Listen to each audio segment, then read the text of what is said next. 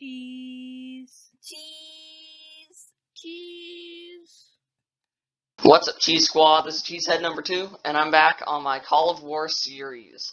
If you're wondering what happened to the last game, I lost the footage to that one, so I'm just going to call this one Game 3 2.0. So yeah, let's get into this. So I'm going to be playing this game a little bit differently than I normally would.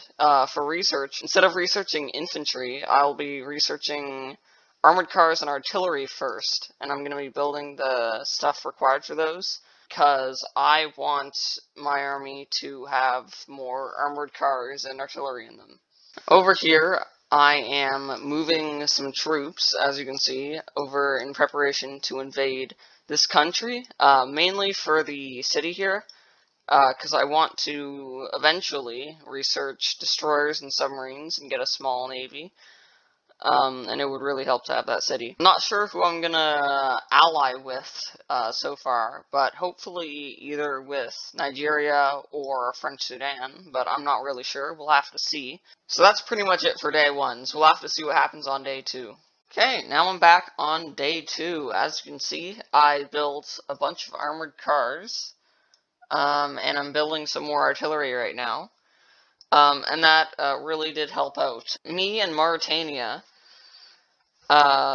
both invaded French Sudan, and we both got a pretty good amount of territory out of that. And now I am going to join a coalition. But there are plenty of options to choose from.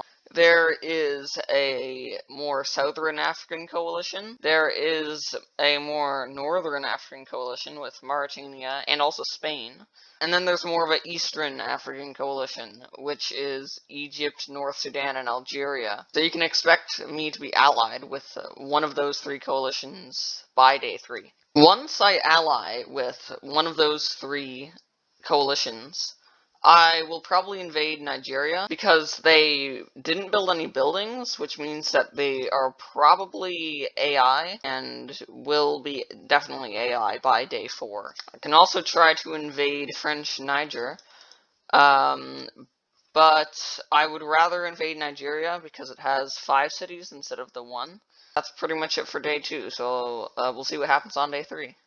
Okay, now I'm back on day 3, and as you can see, things are going pretty well. Me and Mauritania finish off French Sudan, so that's nice. And I joined the Southern African Coalition, or it's actually called the African Union. But other than that, things are pretty much the same. I'm moving some armored cars and artillery to invade Nigeria. And I'm researching level 2 artillery and armored cars. The only thing that I can see going wrong at this point would be Algeria attacking me or Mauritania. But if he waits long enough, I'll be able to build up even more troops and hopefully invade him.